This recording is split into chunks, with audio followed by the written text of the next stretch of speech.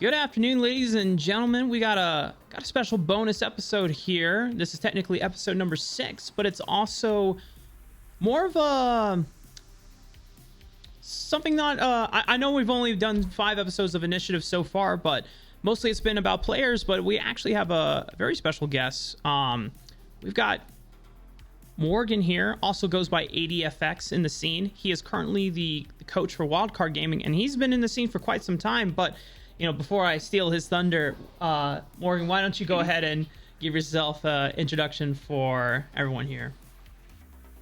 Yeah, so I'm ADFX. People call me ADFX, Morgen. I've been in the scene for a pretty long time. For those who might remember me, or are real OGs, might remember me being a player all the way back in 2015 under the username Fiddly Bones. Fiddly Bones, sick name. Fiddly Bones, top lane fiddlesticks one trick. Oh man, you were ahead of your time. That was before the fiddlesticks rework. Oh man, it was way before. If you were a player during last year, oh man, you would have been killing it with the tank fiddlesticks, bro. That. Unfortunately not. Part of the reason why I transitioned to a coaching role is because I got injured. So I used to play tennis. And I ended up messing up my wrist pretty badly. Okay. Can't really play, so picked up a coaching position, and now I'm here. Hell yeah, man. And so, okay, you talked a little bit about being a player at one point. But how did you? Before we get into how you became a coach / analyst for multiple teams, I want to kind of go over your team history. According to your Leaguepedia page, Morgen, we have that you worked with Vegas Inferno for a very brief period. Then you went to Full Spectrum. Then it was Simplicity Esports. And then you worked with Mirage. And now you are here at Wildcard Gaming. Are there any orgs or teams that I've missed out on? Yeah, before then, I worked in like the lower tier challenger scene with Ozone Esports, Temporal Gaming, and before that with a bunch of Diamond teams as well. Okay. Yep. Wait, good old Temporal. Did you work with Temporal when Rin was on that roster? No. Okay. I came right after. Right after. Shit, man. Okay. Yeah. It was a real fun roster. It's a shame that roster ended up blowing up because I personally think that a lot of kids on that roster still have a lot of potential. It was a really fun roster though. It was a really, really fun roster. Sometimes. But even before then, for like 2 years, I worked with an org called Mobius Esports. I worked with White Lotus and Elysium Esports, just here and there. Like, just a bunch of random diamond teams that I was building up confidence in myself as a coach and, like, just, making sure I still knew what I was talking about because it had been a while since I played. Yeah, keeping yourself busy, and networking. Definitely... I honestly, no matter what you're doing in esports, whether you are a player, a coach, a commentator, analyst, whatever you're doing, I think the 2 best things that you can always do to continue progressing is obviously keeping yourself busy with content and work, but also networking by far, and then just absolutely getting to know as many people as you can and introducing yourself and contributing your skills across as far as absolutely. Oh man, absolutely. And like the third thing that I feel like I need to add, unfortunately, in my mind at least, is just be a decent human being. You're not a decent human being? Well, no, not for me, but like in general, if you want to keep progressing in esports, like being a decent human being. Yeah, there's definitely some assholes in the scene, for sure. Absolutely. It would definitely be nice if the people that it's cool that when they put out stuff, and it's cool that they're connecting with people, but you know, obviously there are people that are only looking out for themselves, and not that inherently is a bad thing, but the way they go about it, no forgiveness, no regrets about, you know, if it involves hurting others in the process, right? And that's what I'm not okay with about. So, you know, I definitely agree, because like at the end of the day, as staff, right, especially as staff, for players it's a little bit different, because the pipeline to pro, even though it's much worse than NA than in other regions, still exists to a certain extent, right? If you climb up, if you impress people, you can get the scouting grounds or proving grounds and have some opportunities there. As staff, the only real pipeline that exists for you is for your players to go pro and then like heavily recommend you, or to really, really, really impress in your outreach. But naturally, the amount of new staff that comes to the scene is going to be limited just because of the number of slots, right? Yeah. You have 5 players, whereas you have like 1 head coach, 1 draft coach, 1 to 2 analysts. It's a lot more specialized, and it's a lot more limited.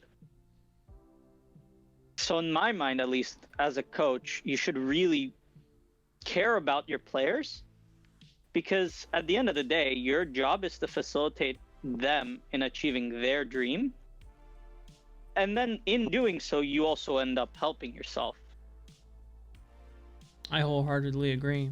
And, you know, on the topic of that, you know, I know we're kind of like playing things by ear now and kind of straying off of the plan, but you know what? I like where this conversation is going. And so I'm gonna improvise here. Looking at some of the professional players that have now turned into coaches, notably Bjergsen for TSM, right? I mean, this was someone that when he came over from Copenhagen Wolves over to that roster, or like, oh my God, this is the Western Faker. This is the second coming of Jesus here for NA. Like we're finally gonna like do well at Worlds, right? And for years and years and years, either Bjergsen helps TSM get to Worlds, but they flunk out in group stages, or they don't even get to fucking Worlds. They get knocked out by Clutch Gaming, or they get knocked out by some other team in prior years, and so we end up sending like, you know, 100 Thieves instead. Not to say that 100 Thieves didn't deserve to go, but you know, like TSM was always this brand of a team like, yeah, we're the best and we'll always be the best. But now that all the teams have done that, you know, TSM has kind of lost their identity, and now Bjergsen finally said, you know what, it's time that I move on. But he is a coach. So, you know, I want to kind of get your perspective on that. As moving from a professional player into a coaching role, what do you think that Bjergsen strengths will be in that role in the beginning, and what he's going to have to improve on? I mean, one of the biggest things that comes with being a former pro player as a coach is you've already been through everything that these players are going through, right? You were in their seats a year, 2, 4 ago. You know how nervous they are when they first, well, now it's not really a stage, but you know how nervous you were when you first played your match, when you first got to get on the Rift and play against, you know, this person who you've looked up to until now in your career. It's a very unique sort of experience sharing that former pro players can share with their teams that, frankly speaking, coaches just can't. Like, non-pro player coaches just can't. Doesn't matter if you're a challenger coach or, like, you know, an iron coach. If you yourself haven't sat in that seat and played against somebody, it's very hard for you to help the players go through that. But where it also comes down to then, right, is as a pro player compared to a coach, it is a very different dynamic. As a coach, you're not just there to help with the X's and O's, like making sure the team is talking about the right things. That pretty much anybody who studies the game can do. In my mind, a large part of your job as the coach is to be a rock for your players. If your players fail, you should be able to be there for them and take some of that burden off of them. If your players succeed, that success should go to the players. Yeah. Because your job as a coach is to empower these young adults in their job. That's your job. The X's and the O's, anybody can get that. And to a certain extent, with empowering these pros, empowering these young men who want to be pros, right? Obviously, former pros are going to have an advantage, but then it comes down to how good is their mental? How well can they handle adversity, right? Because as a coach, you're not just facing the pressure of yourself underperforming. You should be taking the pressure off of your team. When your team fails, you should feel bad. It should be a feeling of, I have let my team down. How can I help them improve? And that's where, in my mind, the question with pro players going to the coaching role comes in. They can obviously help in other aspects, but this mental side of the game is difficult for a lot of people, not just former pro players, but even some coaches. So it's kind of like this dynamic in my mind that needs to be fulfilled. Right. Can Bjergsen do it? Maybe. I know for a fact that as a strategist and as a, experience share, he'll be better than pretty much every other coach. Because he's been there, he's done that, he's played so many games that he has a good idea of what to do. The issue comes in with, can he carry his team, right? Because at the end of the day, I'll be completely honest with you, if your coach feels like shit, it doesn't matter if the players are winning. Yeah. If you lose a game and you take that all on yourself, making the players feel better is the number one priority. Because again, you're not actually in game playing. You can process it. They have to go game to game to game. So just kind of there's a lot of great points you bring up about, if you're a player, you're going to know where the players are experiencing and feeling, right? Therefore, it's easier to empathize. It's easier to build rapport with them and for them to kind of connect and be like, yeah, my coach understands what I'm feeling. It's harder to build that connection and trust when, even though we try to stress that like rank shouldn't matter, obviously, especially younger players are going to look at like a coach that's coming in. If a bunch of these players are in Grandmaster Challenger and their coach coming in is, D4 or below, then they're like, bro, how are you supposed to know like all like the micro stuff that I'm like if you can't get to even like this, how am I supposed to trust you that you can do this? And so obviously the professional players coming into that coaching role are not going to have a problem doing that, right? But then comes the issue, which you also bring up, is like, now, yes, you game knowledge,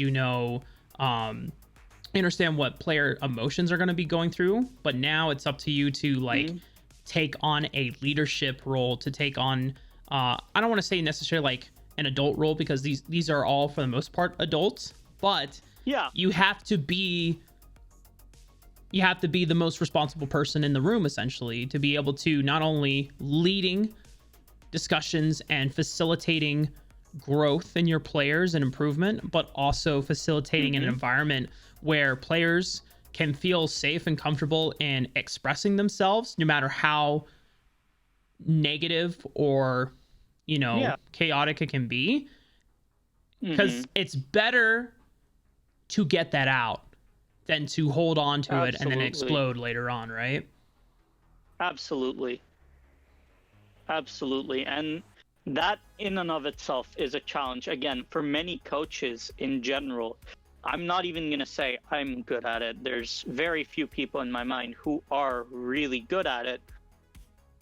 But being able to create an atmosphere where you are allowed to make mistakes, and more importantly than making mistakes, where you are allowed to be critical of not just yourself, but your teammates, your coaching staff, like everyone around you, is an art form. Honestly, the best person I've ever seen at it was my football coach in high school. The man was incredible, really incredible, like amazing at this, where he just had a way with words where you would feel okay and empowered to speak up. And it's important that as a coach, you strive to do that for your players, because again, you could know the most about the game. Absolutely, right? You could be the smartest person in the world at how to play League of Legends and presenting that knowledge to players. But if the players are having issues and can't feel that they can trust you to discuss those, then your team is naturally going to have issues finding success.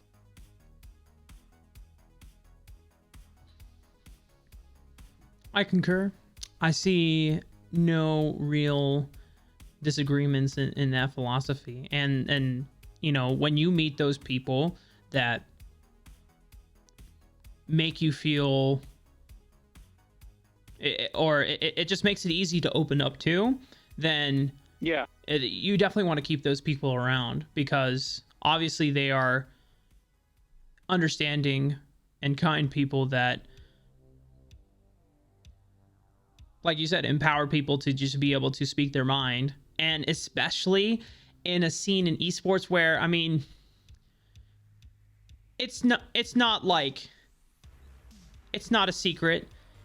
People who, in esports for the most part, don't always have the best social skills or the people skills, you know, especially players, right? They're spending a lot of their time grinding away, climbing solo queue, or just, you know, getting their reps in. So it's understandable that, like, they might not have the best ways of, like, actual personal development or controlling their emotions, or being able to communicate their emotions in a healthy manner, right? So, and I think that's another thing that coaches can take on, you know, if they are able to do so. That's, you know, I don't know if I could ever be like a coach in terms of, you know, game knowledge or analyst, because I mean, I've been hard stuck plat since season 6, man. I was so close to diamond and I just couldn't get it, and I tilted. I was like, man, fuck this game.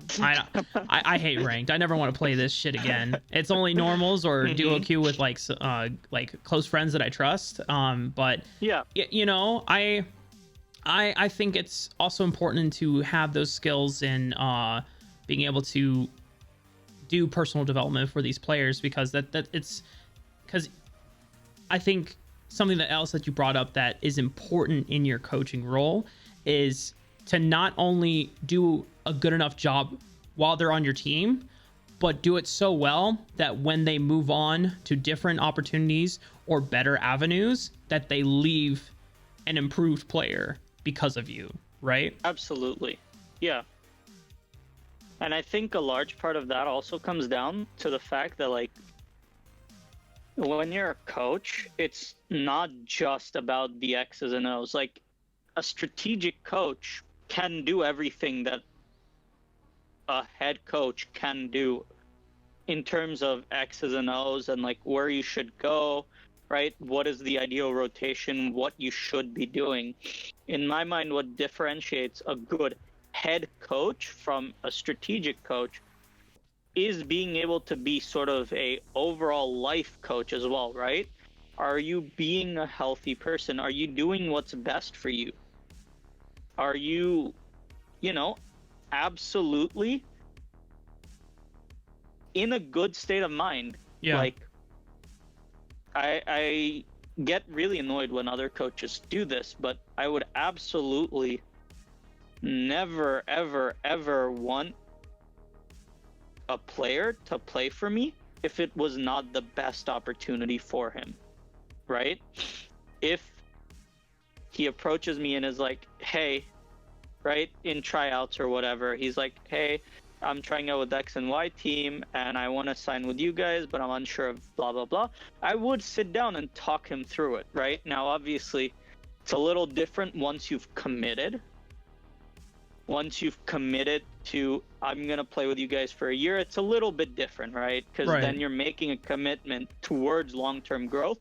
Once you have made that commitment, I'm going to expect that out of you, right? Because, like, that's the commitment that everyone around you is making. We're going to play and develop for a certain period of time. But at the beginning, like, I would never want a player on my team if there's a better opportunity for him elsewhere. Yeah. And I think a lot of coaches also lack that kind of overall, I don't want to say life coach because that's like entails something else, but yeah, like overall life coaching skill. Like, and again, in my mind, it comes back to the whole, like, be a decent human being, right? Like, just don't take advantage of these young kids. Yes, like, sir. Yeah. I mean, in my mind, at least, that's pretty straightforward. You would hope, right? But obviously, within the past, I mean, you've obviously been around longer than I have, but even in my experience, you know, the past 3 years, I've seen some real shady shit. And it's like, man, they obviously do not care about the players involved. They're just here to make a buck, quick buck, cash in, get out, right? And breaks my heart when we have people like that in the scene. And it also breaks my heart when you get players on knowing that they need work, they need time to develop, and and then everyone knows it's like, hey man, this is supposed to be a developmental roster, you shouldn't be expecting too much out of it, and then it's like, this isn't working out, we gotta go, and like within a month, it's just like, all right, I guess whatever. Yeah. But you know, so like this is a topic, like like the specific topic is something I'm gonna refrain from commenting on. But like overall, in general, a big issue that I see, again, it comes down to staff. Like, people don't really realize how big of an impact staff actually makes to the development of their players. One of the big things that I always tell every single org that I'm trying out with as a coach, analyst or assistant coach, draft coach, whatever I'm trying to help them do, even like I work with an org that helps train coaches to be better coaches. Everyone that I talk to, the biggest thing I say is, no coach is always going to be better for a team, a player, whoever, than a bad coach. Like, a coach who doesn't have the best intentions of the player in mind is always going to be worse for that player than just having no coach in general. And it comes back to the staff in a lot of these situations that you see where teams are making roster changes like halfway through.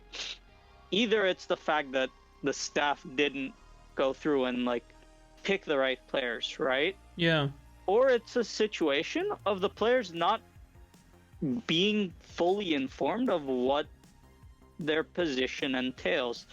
A big example I can give you is like 2-ish years ago, I was working with an org, Temporal Gaming, right?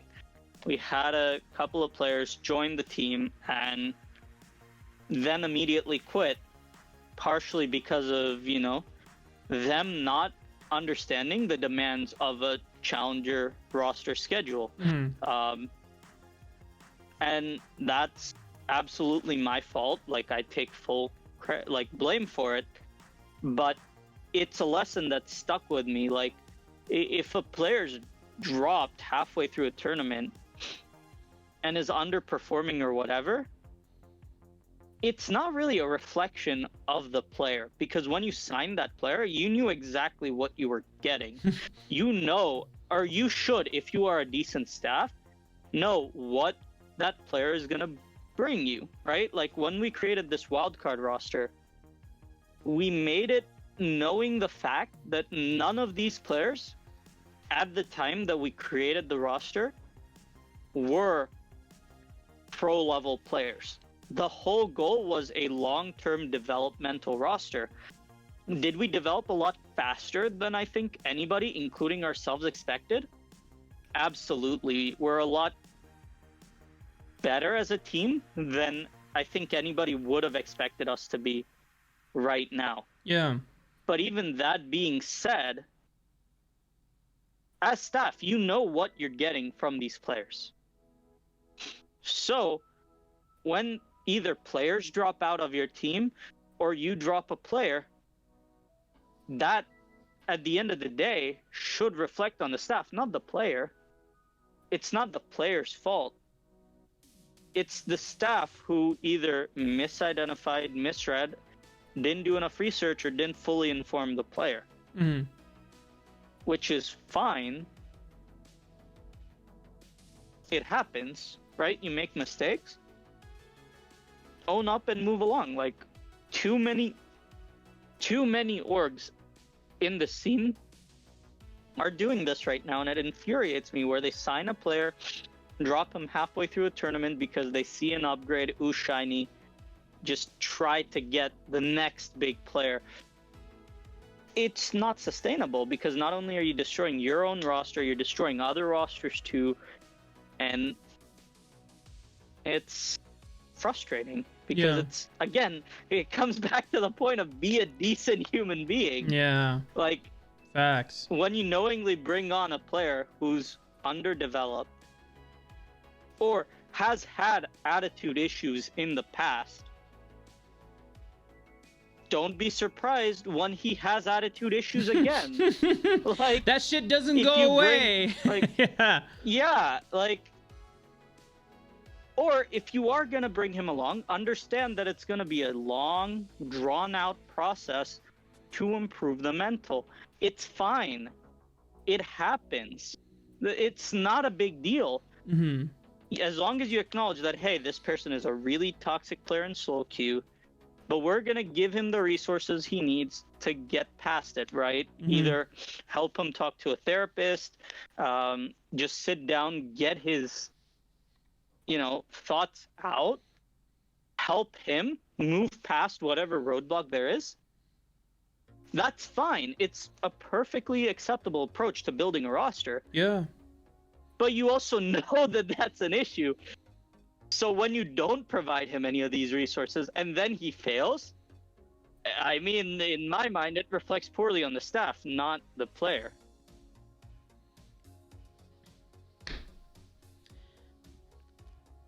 And yet there's people who just go in thinking, oh, I'm just going to build a team. Oh, this guy looks good. He looks good in solo queue. And they just kind of throw it together and then boom, boom, boom. And they don't take the appropriate amount of time to like actually get to know these players, you know? And so I think, I mean, I can see how much thought goes into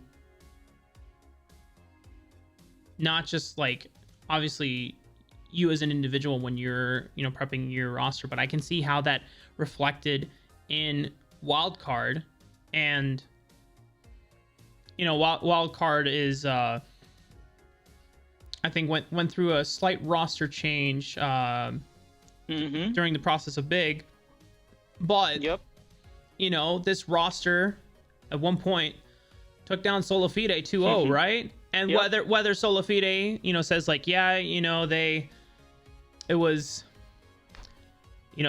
got us in a way that we really didn't think about. That just goes to show that like you guys beat a roster of players that were in LCS or Academy for a period of time. So that should be inspiring enough for players who are like in amateur who are thinking, man, I'm not that good though, so why should I try, right? Or like, oh man, they've got these pro players that are playing an amateur, they're just gonna smurf, we have no chance. While I would love to talk to you about this specific point, unfortunately, because there's a riot investigation going on, I cannot. Understandable. So, yeah. Hey, I'd love to elaborate further into this, but I can't. But again, all I'm gonna leave it at is be a decent human being. Yeah. Like, please. Yeah. That's all I can say really about the situation. Sure. All right. Well, let's dial back the clock then. So you already talked about how your first venture into competitive league was as a player back in 2015. How did you become a coach then? Well, how did that process begin? I mean, I got injured. I really couldn't play. I got really angry. And pretty much quit esports together entirely, just focused on real sports. And then my buddy, who had started this org that I was playing for, came back to me, said, hey, we have a coaching vacancy. It's a D4 team. You want to try out? I was like, why not? What's the worst that could happen? And now I'm here. And so just from then on, you just went from team to team, expanding on your coaching skills and whatnot. One of the big things that I personally think is everything I do needs to contribute to my progress in some way, shape, or form. If I'm not, just like for the players, right? If they're not learning anything on a team, unless it's like a pro team that's top 2 in the world. Yeah. But even then, right, I'd argue the same thing. If you're not learning, if you're not improving, leave. If you're not constantly in a position where you can push yourself to be better, every day learn something that you can do better, be a better version of you the next day, leave, get out. You're not cut out for this. Like, every place that you go should add something. I remember 2.5 years ago, I was coaching a team in like a random Diamond League, ABL. We were in finals with my boy Jason Jungle. Shout out to him. Jason Jungle. We were in the finals. Yep. And we had this intricate level 1 plan that ended up failing because the opponent's coach bought our scrims. In Diamond 1, by the way. Yeah. For a less than $1,000 prize pool tournament, mind you, it was really like an eye-opening experience for me personally, and it kind of went to show, like, again, I keep coming back to this, but like, just be a decent human being. Like, what? It's not that fucking hard. What do your players gain realistically, right? Outside of money, outside of that big thing, which is, $200 each. Which, let's be really, really brutally honest, when you're playing for 13 weeks, getting $200 is not worth it. Like, brutally honest, that's not, like, barely enough money to make 1 month's bill and maybe eating out like 3 times. Right? What do your players gain from not learning anything? Like, not only did it ruin my team's chances, right? Because obviously when a team buys your scrims in Diamond, it very quickly destroys your mental. But also, what did they learn from it? Like, we were able to Right. get stuff out of it still, right? Like, where scrims and win whenever we want. That's not sustainable. Yeah. A big thing that like I learned from that, and this one sticks out to me because I still use it to this day, is like everything that happens doesn't matter. I know this sounds weird, but everything that happens is just an event. It's just something that happens. Nothing you do can or will change it, right? Nothing you or I could have done, or any of my players could have done to stop him from buying our scrims. You can't change that event. But what really matters is how you react to that, right? Like, the events don't change. But what defines you as a team and as a person is how you react to that, how you come back from it, how you grow from that event. That's really the whole point. These games, matches, tournaments, do they matter? Absolutely. But what matters more is how you react to that. If you're successful, do you go on Twitter and start spewing toxic hate about how much better you are than every other person? When you lose, do you mope and cry and drink 2 bottles of wine? Or when you win, do you go back, review, find out what mistakes you made and grow from the win? When you lose, do you identify what lost you that game and then strive to never make that mistake again? Yeah. The events don't change. You have no control over events. But what you do have control over is your reaction to those events, and being able to react to things correctly, or not even correctly, but in a positive way, really matters. And it's a takeaway that, like, if I hadn't had that experience, as much as I hate it, even now thinking back on it, I don't think I would have ever come to as quickly as I did. Sure. Just one of those things where obviously in life, mistakes will happen, obstacles will occur, but we don't let that stop us from pursuing something if we really want it, right? Absolutely. Yeah. Obviously, like you said, if it's too much for you, then it's probably better to quit and find something else. But for those that that want this, then they have to understand and be ready to accept that not everything is going to come easy. It's hard work. It's getting over. It's coming to terms with the adversity that you will face eventually along the way. But in the end, it makes you stronger, you know? Like those experiences change you, force you to grow in ways that you probably would have never grown. And so that's why, like,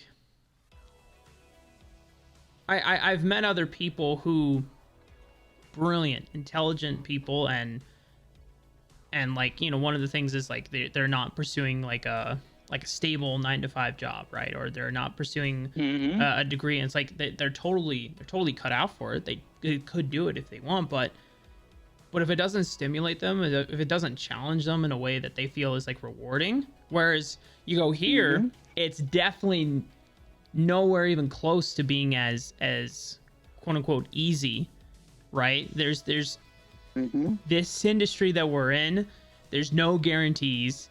It's not forgiving, and it requires luck as well to make everything work out. Oh yeah. But there's something thrilling about it, and there's something that even when we are faced with challenges, the fact that we eventually are able to overcome them is what makes this whole damn thing worth it in the end. Absolutely. And again, like, overcoming adversity is like really the big thing. Something that I really, really harp on. Like, it's your reaction to events that defines you, not events itself. And that building of your legacy, building of your success should be, in my mind, a big driving factor for you to keep trying to do whatever you're doing. And not just in esports, but like in general. Like, don't be a doctor because your parents told you to be.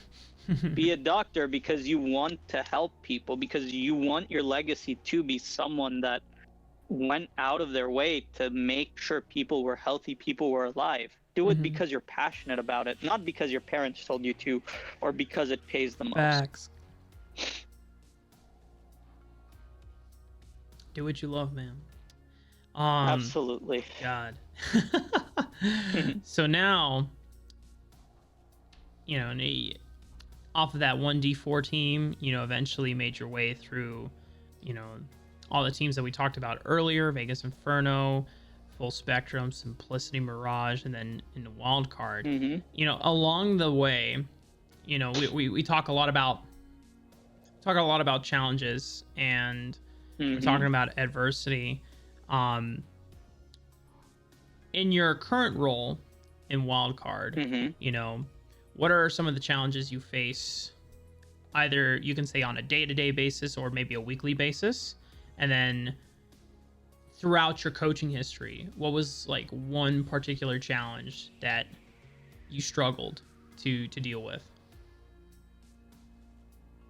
Obviously, one of the bigger issues with the team at Wildcard, naturally, when we have such a young team, right? If you look back at our original roster, Quacker, 0 competitive games, like actual legitimate high challenger competitive games. Trickster, 0 actual high competitive games. Xeno, 0 actual high challenger competitive games. Team Luke, 0 actual challenger high level competitive games. There's a pattern here for sure. Yeah. Daption had a little bit of experience, but even that experience wasn't with a high tier team. It was in competitive, absolutely, but it was also a team that won one game. So, or one set, one like big defining set.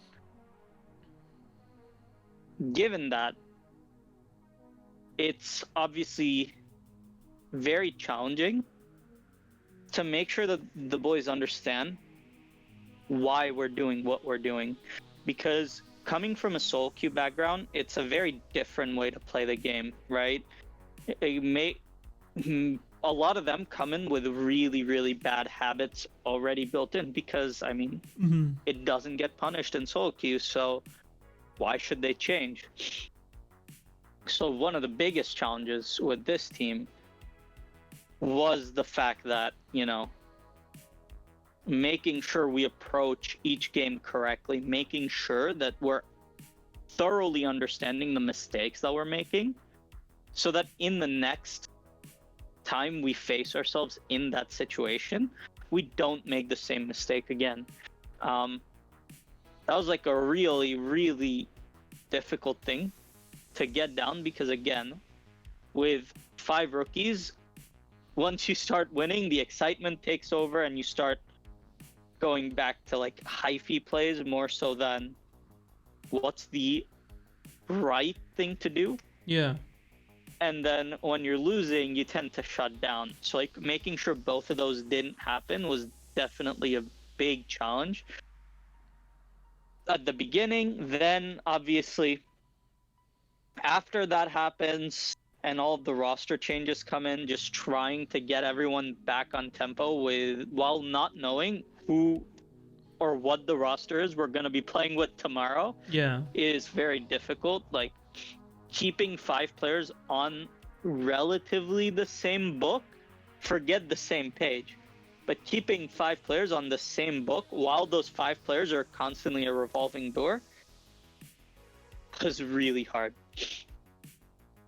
Obviously ADC going to CLG, love Luke, super happy for him. Ended up hurting the team as a whole because then again, right, we've practiced for a month now with this ADC. And then you gotta get a new and now one. It's different again. Yep. So it just becomes hard. Just again, because of the fact that it's Not a roster like Anu, right? Like Anu Blaze has a Lorem in the top lane, tons of experience, can be a calm, stable voice in game. So if other players change around them, it's not really an issue. A new main like Viper, Anda, right? Super experienced topside. Look at Solafide, you have Paulo Zazel, Tuesday, right? Like super experienced, high tier players. Yeah. Even EG Prodigies, right? You look at that team, that core has been playing together since the start of September. Revival, you look at them, you have Sudzi, a staple of competitive, right? Scooped, another staple of competitive esports, or competitive amateur esports. Sure. So essentially, Wildcard is working with, all fresh talent and no real in-game leaders with, experience. Probably the most experienced one being Daption, essentially. Mm-hmm. And in that itself, right, it's been such a fulfilling experience for me watching these young men who at tryouts were not really all that developed, stepping up, watching Daption grow from an unsure enchanter player to a confident playmaking support has been an absolutely fantastic thing to experience. Like watching him grow, watching Zeno become a vocal leader in our team, right? Watching Quacker gain consistency, gain, again, the playstyle of a competitive playmaking top laner. It's a experience that you're not going to find on any of these other rosters with veteran. And again, that's like the big thing. But of course, it's really hard too.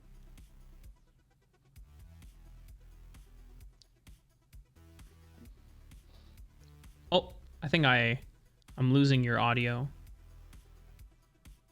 Let me check back with you. Is your microphone like muted or? I see your mouth moving, but I don't hear any audio. Uh-oh.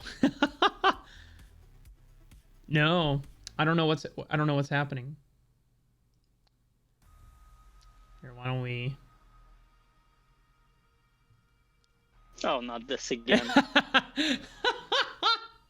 There we go. Nice. Okay, we're back. All right. Slight technical difficulties, but it's okay. But I kind of want to, move this along because I think, this general idea of like when you're working with entirely fresh, competitive roster, that obviously they have the individual talent and promise and potential of them being in this space. It just requires work to put them together. But I think something that is notable is that when they are able to learn these concepts over time, right? So I want to move to something about coaching and being a coach. I think we might have touched on it briefly at the beginning of the podcast, but just or this episode. What about your role is the most rewarding? Oh, it's not even close. Watching these young men who come to you, having a dream, having a goal, and then watching them accomplish it, it's the best feeling in the world. Last year, right, Winston, our jungler, going to TSM Academy and how happy he was for that, or this year Luke going to CLG, seeing how happy and excited he was. Yeah. It's by far the most fulfilling thing in the world. Or even players that come to you like, hey, I suck, I can't win in Soul. So you work with them for a little bit, and now they're, have 3 accounts in Challenger. That's a very fulfilling thing. Watching them succeed, itself is a big thing. Yeah. It's definitely, yeah, I'm not a coach, but I feel the same way when we get to commentate and follow the storylines of players, like last year in amateur, where we got to see the likes of pretty much the entire class of 100 Thieves next get picked up for academy roles. We get to see Oh wow. Niles and Iconic go on to Golden Guardians LCS from Maryville, right? What's One up? second. I'm Yeah. really sorry. I'm just gonna drop something in chat because Riot's ruling was just posted. Okay. I Oh, just DM'd it to you. oh, I see. Wow. What timing? Yeah. What timing? What timing? What timing? Oh man. Well, now that it's out, I guess I'll have to link it in the I should I link it in the episode description once this goes on YouTube? Go for it. All right. Go for it. Well, okay. Well, so Ooh, okay. now that we'll have to save this conversation for another time, but from what Morgan was trying to hold back on saying, you will now know I will link the competitive ruling between a new esports and Wildcard Gaming in the description, and you can go see, you know, what was causing some issues for Wildcard during the off season of Risen Champions. But Yep. oh man, that's gonna be some good tea to read through. Yeah. Can you give me 1 second? Yeah. I just need to grab my charger real quick. Yeah, you're good. You're good. I will. Oh man, yeah. I'm telling you guys, just this is gonna be. Yeah. So I'm pretty sure that was like the most perfect timing. By yeah. The way. we speak of it, and maybe I guess Riot is just like, oh yeah, we should release our competitive ruling about that, and then bam, bop, bada, bop, boom, pow, lo and behold, it is out. Oh man. Wait. That's not the link. I wanted to grab the that link, and then boom. Okay, but moving forward, as this is a conversation for another time, Yep. I want to now move talking about you more individually. So, what are your goals as a professional in this coaching role, and do you also have any goals personally? So, I know this is gonna sound a bit weird, but I actually write music for a living, What? and yeah, What? yeah. Bro! What kind of music? What kind of music do you write? Mainly orchestral for like movies Yo! and stuff. Okay. So okay. Are you using like Sibelius, or what kind of music notational software do you use when you write this stuff? I use primarily Sibelius, and then Okay. Either Cubase or Okay. FL Studio to finish it up. Yeah. I'm a huge fan. Just shout out to not really sponsors, but they're amazing. Cinematic Studio Wins. Brilliant library if you want to check that out. Yeah. I bet nobody in chat knows what that is, but that's fine. Only if you're a music nerd like us. So.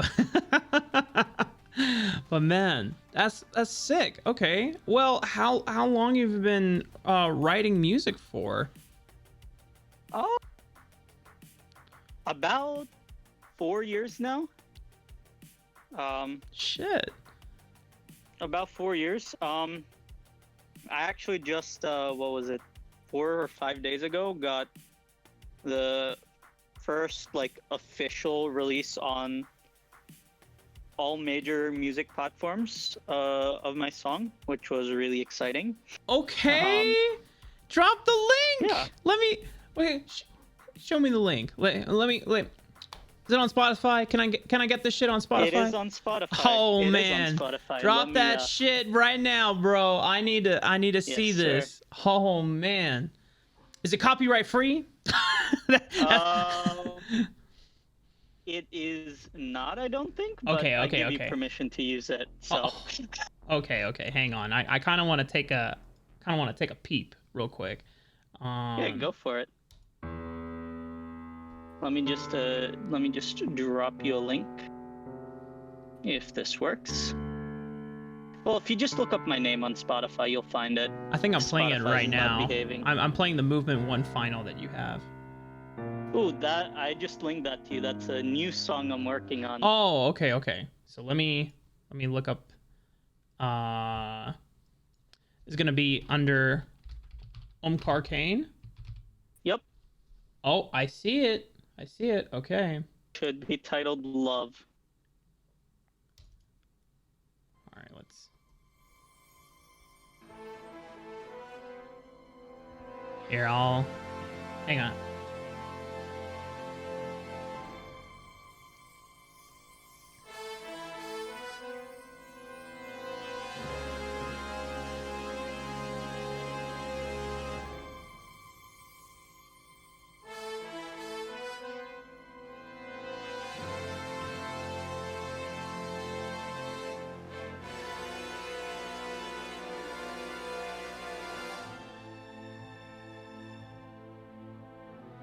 If you want to listen to like the really, really interesting portion of it, go to about 4 minutes and 16 seconds. 4 minutes. That's like my favorite part. Okay, let's see. 4 minutes and 16 seconds.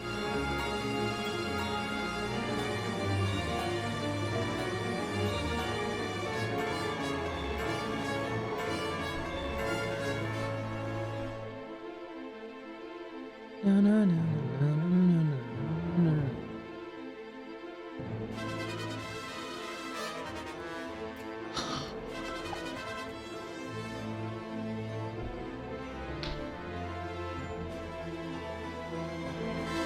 What the fuck? Oh wait, you paused right before the big moment. Well, I did.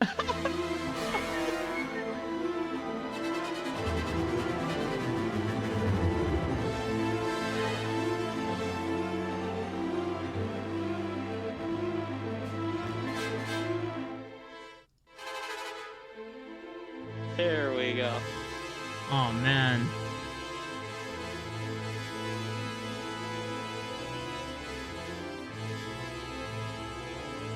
I'm gonna have to check this like full thing out. When it comes to orchestral music, I love like just because there's other music that I'll play that's just kind of like in the background a lot, which I was doing mostly for this stream. But when it comes to orchestral stuff, man, I want to listen to that intently because when you're listening to the melodies, the counter melodies, and the trades between the sections of the orchestra. Oh my god, that shit is. I did orchestra for I think 3 years in high school. I didn't continue in college, but I did double bass because I. Oh, nice. Yeah. Nice. And so when we did the Dvorak New World Symphony, that was that's a good one. Yeah, that was sick. And the opening of that first movement, the dun, dun, dun, boom, dun, dun, dun, oh my god, that shit was so sick. And then we got to movement 4 where we basically played, which is essentially the Jaws theme, but you know, Dvorak did it first, so who's really copyrighted? Dvorak's like the best, but like, actually no, I think we can have this debate at another time. Because we're here for League of Legends. We're definitely having this debate because there are definitely better composers than Dvorak. Sure, anyway. No, for sure. But yeah, okay. So, but basically, you know, back onto this personal goal, you're writing music essentially. So, when it comes to coaching though, you know, like where do you want to be able to see yourself, you know, a year from now, maybe a few years from now? Oh, wait. I lost you again. Did you like mute your microphone? No. I disconnect, reconnect again. Oh man, I don't know why this keeps happening.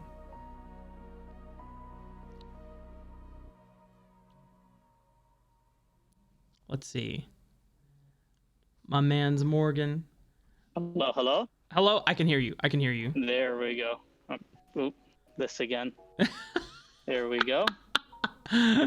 Every time. But okay. So yeah, let's what about professional coaching goals? Yeah. So coming back to that, for me, I'd be very happy to go pro. Very excited. Big thing for me though is like career-wise, like I have a big passion for esports, definitely. But the opportunities that are presented to me in music and computer science are a lot bigger. So like for me, if I had an opportunity to go pro, I'd heavily need to consider it because it would need to be better than the other opportunities I have. I'm much more content with staying in the amateur scene, developing these players and having them go pro, because at the end of the day, again, there's no real pipeline for staff to go pro outside of buying a camera. But it's like, and this is part of like a big hardship that I've had throughout the career as well, like in esports in general, which is like, because of the lack of a pipeline to go pro, oftentimes it just feels really overwhelming. Like it really feels like nothing you do matters. Yeah. And so in those moments, like stepping back and seeing the impact that you have on these young, talented individuals that you get to work with, I am perfectly fine with being able to help them achieve their goals, and that being it. I love it. That's fantastic. And I think to any pro teams watching this, that's not saying don't make me an offer. Please do. but yeah, it's not like I need to go pro, otherwise I'm not gonna have a place to live. Right. Well, like we said before, you know, we're in this game because, you know, we love the thrill of it. And, you know, if we happen to make it, you know, amazing. If not, it's still something that we love doing, right? So that's something that we, you know, it won't be a regret. I would have rather have given my all and tried than to, you know, not go for it and then think later on, but what if I did? You know, what if I had actually tried? Absolutely. So, yeah. But and like that's something that I tell my players too, because again, with how long and grindy the season is, it does feel overwhelming at times, especially with like when things like this happen, right? Where a very well-known esports organization tears your team apart. It feels overwhelming and it feels like, you know, you should give up. It's the same thing that I tell my players. It's a lot better to go for it now than to look back 5-10 years down the line and think, oh man, I missed my window. That regret is something that you never want hanging over your head in your life. So just do it. Just go for it. Yeah. 100% agree. Speaking of those players, as we're winding down on this bonus episode, as a coach, being in the amateur scene for quite some time, who are some of the players that I mean, obviously, you picked out your wildcard roster because, you know, these were players that you felt like had the potential, and, you know, given enough development, they could be, you know, amazing players down the line. But are there any other players that... Absolutely. Absolutely. There's a lot of really, really young, talented players in North America right now. Really, really good ones too. How many do you want me to give? I'll give. There's why don't an we... infinite amount. Yeah. Well, shit. Well, because I'm gonna try to give the incentives to that. If anyone else wants to come asking for more, you know, they know where to find you. But, you know, let's give two for each role, so a total of 10 players. Like these are Morgan's top 10 prospects here. Okay. Top lane, I'd say Faisal or Racecar, whichever way you know him. He's been around for a while now, but this year he's really starting to step into his own. He's on a team that's kinda underperforming.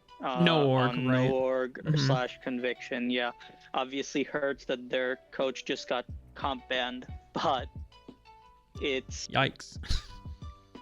Yeah, but it's still a hairy situation to be going through, and performing consistently through all that, it's a big deal. Plus his communication skills and ability to space and just synchronize with the enemy team's cooldowns is immaculate. It's something that I haven't seen from pretty much any top laner I've worked with ever.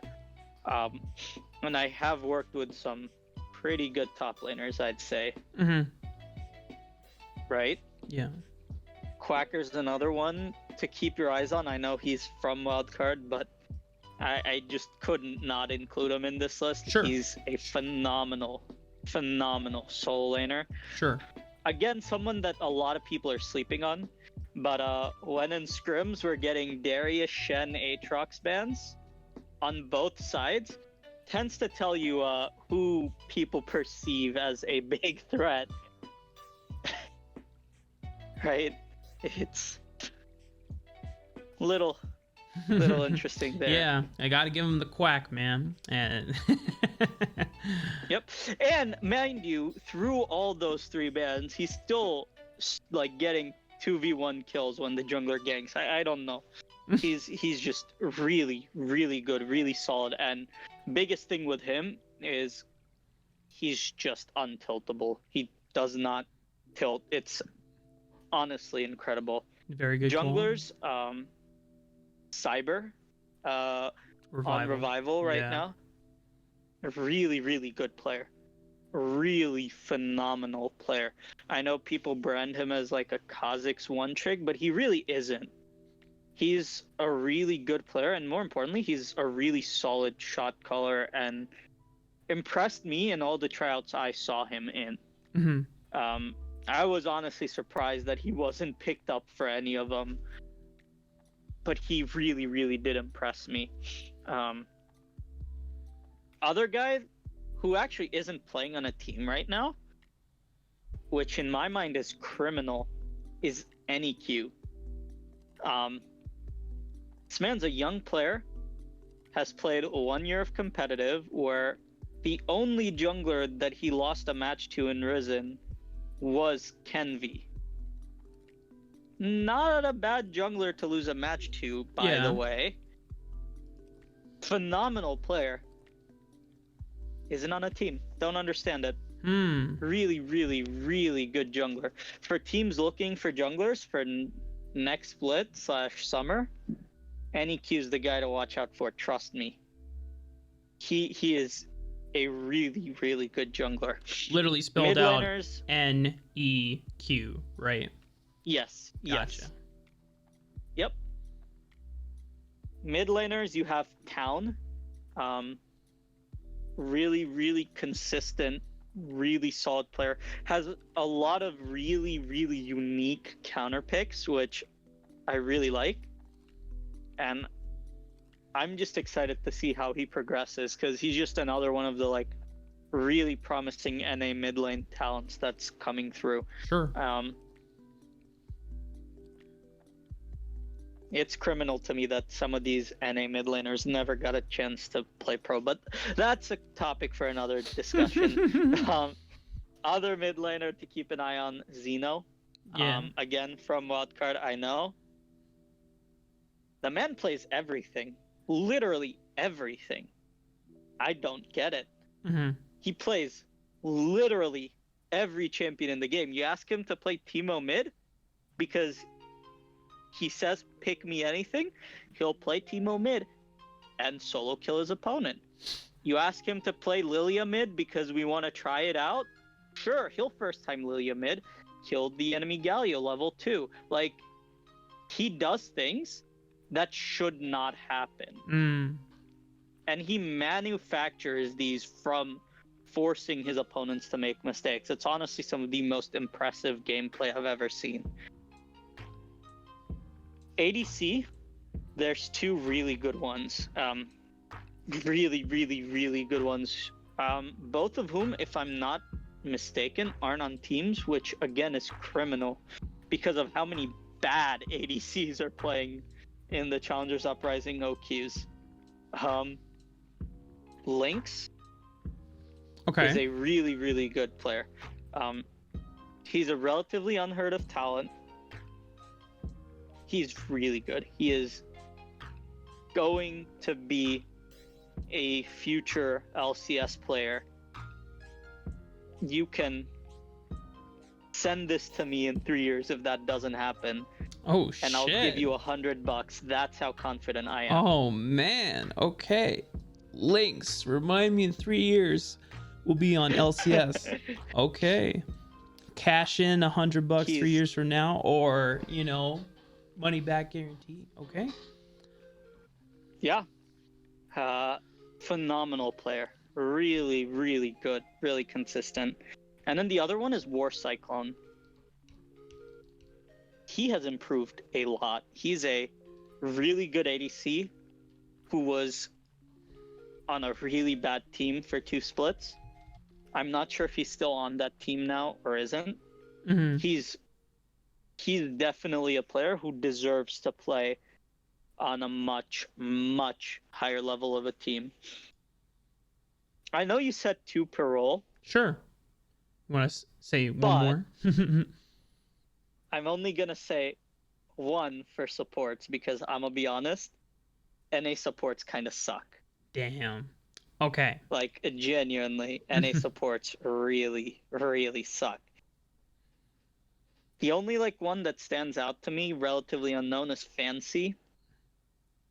He's he actually was a Thresh one-trick back in the day, called Fancy Flays, where his name comes from. Oh, okay. Really good player, really consistent playmaking support. But, like, supports in NA, step up your game. You all suck. Like, there's literally 3 good supports who aren't former pros. Like, this is terrible, guys. Holy shit. Please, I beg you. Is that why mid laners are becoming supports now, just because their support pool is... I mean, if you want to go pro as a mid laner, easiest way to do it is become support, because all the supports suck. Jesus. Yeah. Honestly, like... Yeah, no. Yeah, I try not to flame. Hey, this is the place to do it. Of, like, yeah. Outside of, like, Daption, who's a really good playmaking support, Shady, right? Outside of those 2, maybe Jonathan Furlong if you want to count him, but I know some people don't really count him as an unknown talent after winning UPL. Yeah. But if you want to count him, sure. Who's good? Like, all the other supports, don't get me wrong, they're not bad. They won't lose you the game outright, but, like, it honestly feels to me like not a single support in North America actually wants to win the game outside of the 3 that I mentioned. Like, they'll never roam. They'll just like sit in lane, diddly doing, trading with the ADC. Like, it's insane to me how many times we have a scrim where Daption roams and then the enemy support just shows bot lane like dee dee dee dee dee, sucking on a lollipop while Daption's killing their top side. Like, they just don't want to win. I don't know. Like, step up your game, NA supports. Like, y'all suck. Damn. Okay. Please. Well, I respect the honesty, and I think there are definitely supports who are looking to improve that, and they're trying to step it up because they recognize that, you know, the support pool is pretty shallow when it comes to really good talent. And so now then it's up to them to like, hey, you know what? This is what the general consensus is. It's up to me to prove them wrong, right? So, and we'll see where that goes.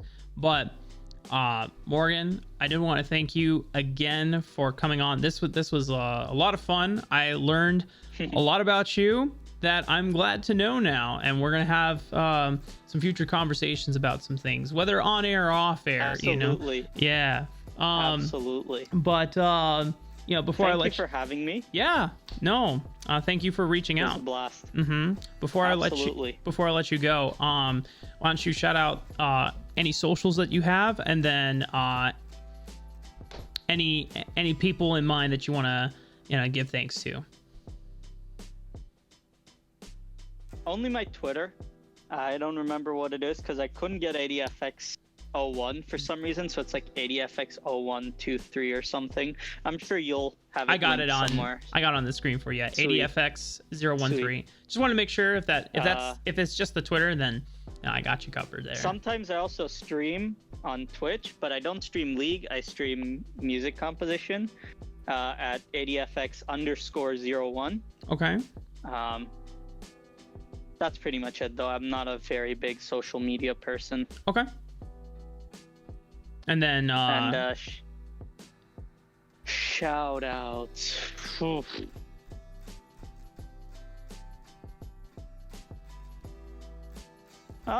Two big shout outs, I guess. Daption, really good support player, really fun to work with. Probably one of the big reasons why I didn't retire in November when I was strongly considering it. And then the other big shout out that I have to give is Deos, probably the man, my closest friend in North America. Yeah. Esports. So yeah, two very great people. If you get a chance to work with either of them, 10 out of 10 would recommend it. Sick, man. Well, I'm gonna close up the stream here, but thank you again for coming on, Morgen. This was a blast, and best of luck, guys. You know, depending on if you're watching this live or, you know, you're watching at a later time, you should totally check out, because I'm very confident that Wildcard are going to get through their open qualifiers, and we'll be seeing them soon in Challengers Uprising, which will be starting on Monday, February 8th at 5 p.m. EST. And it will have all the matches or a couple matches played on that day, and I'm just looking forward to seeing how the season will play out. See you guys next time.